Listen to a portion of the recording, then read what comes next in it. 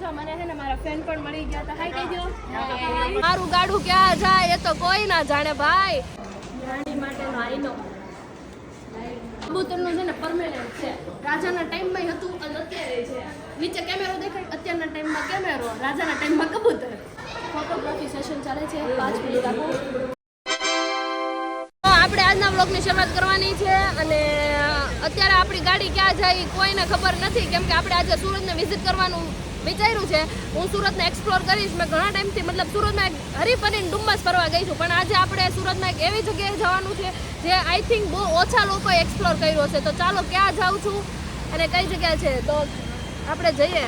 Hello મારો સાંભળો ને રણુજાના રાજા, મારું ગાડું ક્યાં જાય એ તો કોઈ ના જાણે ભાઈ. ચાલો તો જઈએ આપણે. Welcome back to Janvi's vlog. તો આજે અમે ગઈ છું સુરતના એવા કિલ્લામાં જે એસએમસી વાળાએ રિનોવેટ કરીને ફરીથી આ સુરતનો કિલ્લો ચાલુ કર્યો છે. તો આખો કિલ્લો આજે આપણે વિઝિટ કરવાનો છે. જો તમારે આખો સુરતનો કિલ્લો જોવો હોય તો મારી જોડે આખા વિડીયોમાં બન્યા રહેજો. ચાલો આપણે વિઝિટ કરીએ. સૌથી પહેલા તો આપણે એન્ટ્રી લઈ લેવાની છે. પથ્થર છે એટલે ગોથા નો ખાઈ જતા, ધીમે ધીમે આવજો. જો અહીંયા છે ને એન્ટ્રી લઈ લેવાની છે અને તમને બધાને ખબર હોય તો આ કાંટાવાળા દરવાજા શું કામ મૂક્યા છે? શત્રુ આવે તો દરવાજા બંધ કરી દેવાના, એટલે શત્રુ નીચે મરી જાય. એન્ટ્રી લેશો એટલે કાકા આવશે. એ કાકા તમને માર્ગદર્શન આપશે, સિક્યુ મારશે અને તમને છે ને ઊંધા રસ્તે ના જાઓ એના માટે માર્ગદર્શન આપશે. પહેલી સાઈડ જવાનું, આ સાઈડ જવાનું. આ કાકા તમને માર્ગદર્શન આપશે. બધી જૂના પથ્થરોની મૂર્તિ લાગે છે. જૂના પથ્થરો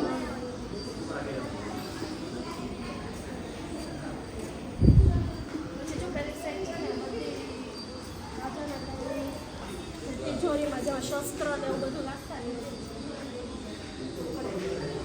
આ પથ્થરની મૂર્તિ.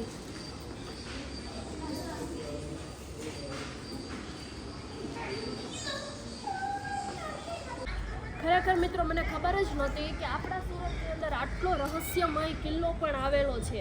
રાજસ્થાનમાં ને એમાં અલગ અલગ કિલ્લા તમે જોયા છે, પણ સુરતના કિલ્લા હું તમને બતાવું. બહુ જ રહસ્યમય છે. એ ટાઈમની સ્ટ્રક્ચરલ પાણીની ટાંકી બનાવેલી છે. આ જો આખી ટાંકી બનાવેલી છે.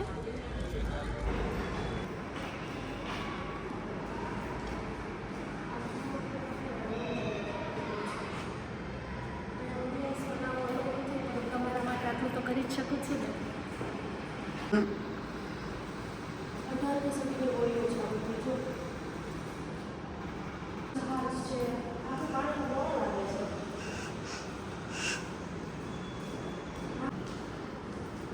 શાહજહાં બેઠા બેઠા ઉકો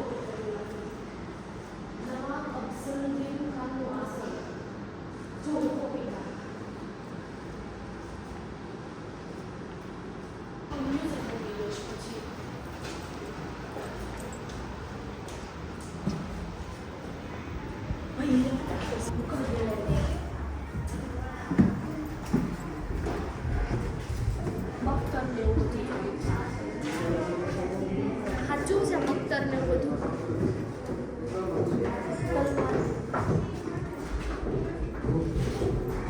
કાટી ગયેલી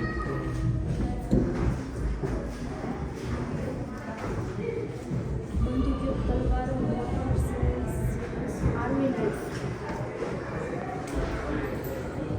હથોડી ને એવું બધું છે. એ પંજાબમાં શું છે? આ હાથમાં પહેરે એ છે ને, રાજા હાથમાં પહેરે પછી ઢુસુમ ઢુસુમ ઢુસુમ કરવા જતા. બંદૂક બંદૂક કાટ ખાઈ ગયેલી છે પણ બધી બંદૂક હલકી છે. આ લઈ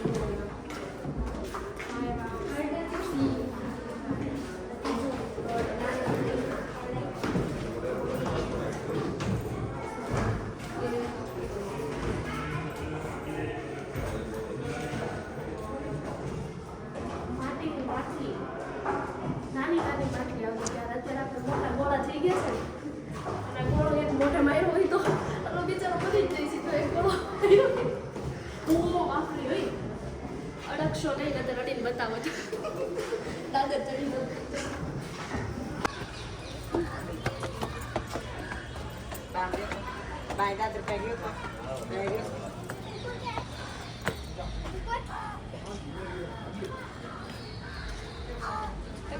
રાજા હોય તો આમ આવવાનું.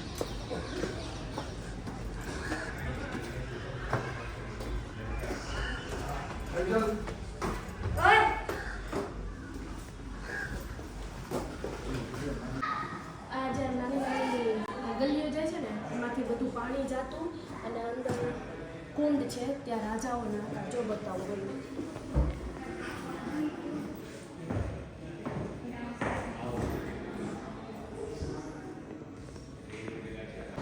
પટપટના ચમચા ને એવું.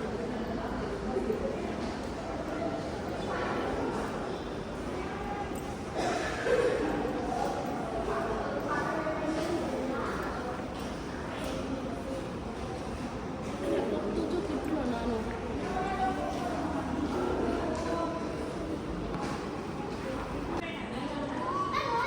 ફોટોગ્રાફી સેશન ચાલે છે. 5 મિનિટ આપો. આવો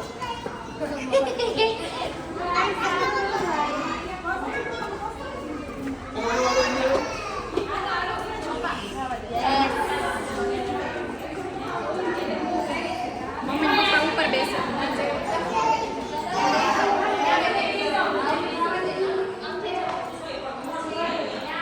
અહીંયા બેસી જાઓ.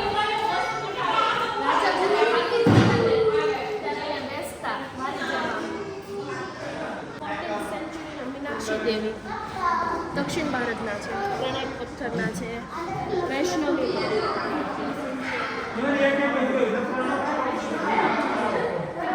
ગણપતિ બાપ્પા.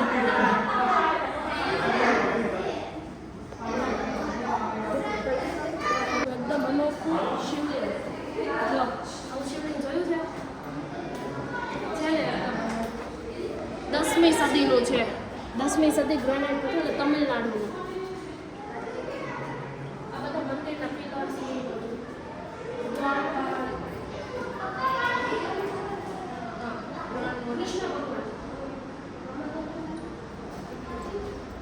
અને રાધા રાણી છે બાજુમાં છે.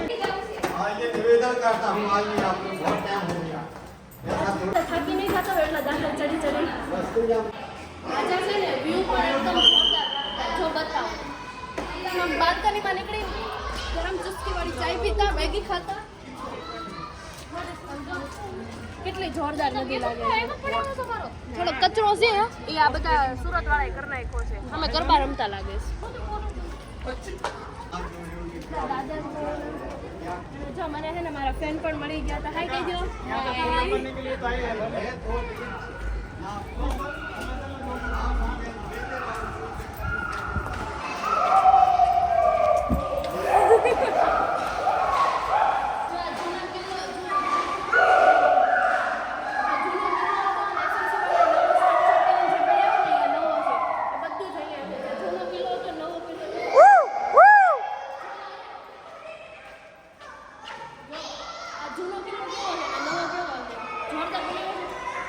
કબૂતરનું છે ને પરમેનન્ટ છે. રાજાના ટાઈમમાં હતું અને અત્યારે છે. નીચે કેમેરો દેખાય. અત્યારના ટાઈમમાં કેમેરો, રાજાના ટાઈમમાં કબૂતર. બે કામ કરતું. અને દાદા એટલા બધા છે ને કે રાજાને એક્સરસાઇઝની જરૂર નહીં પડતી હોય. રાજા તો ત્રી નથી, રાજા પતલા થઈ જતા હશે. લસપટીની સુવિધા છે. લસપટી ખાઈને નીચે જવાનું રાજાને. રાણી માટેનો આઈનો.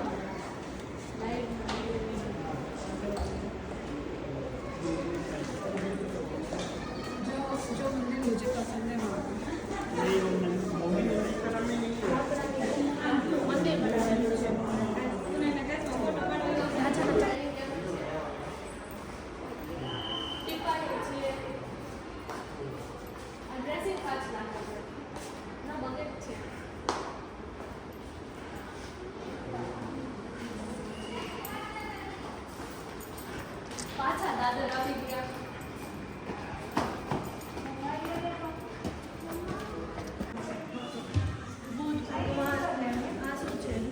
ધાર્મિક મુકુટ. C Mukut.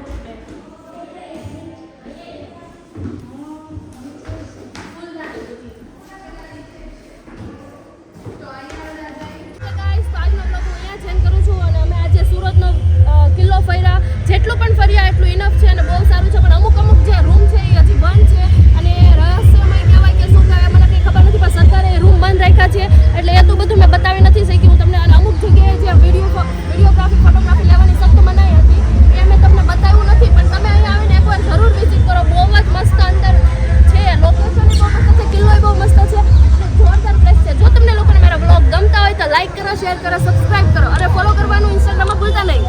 બાય, જય શ્રી કૃષ્ણ.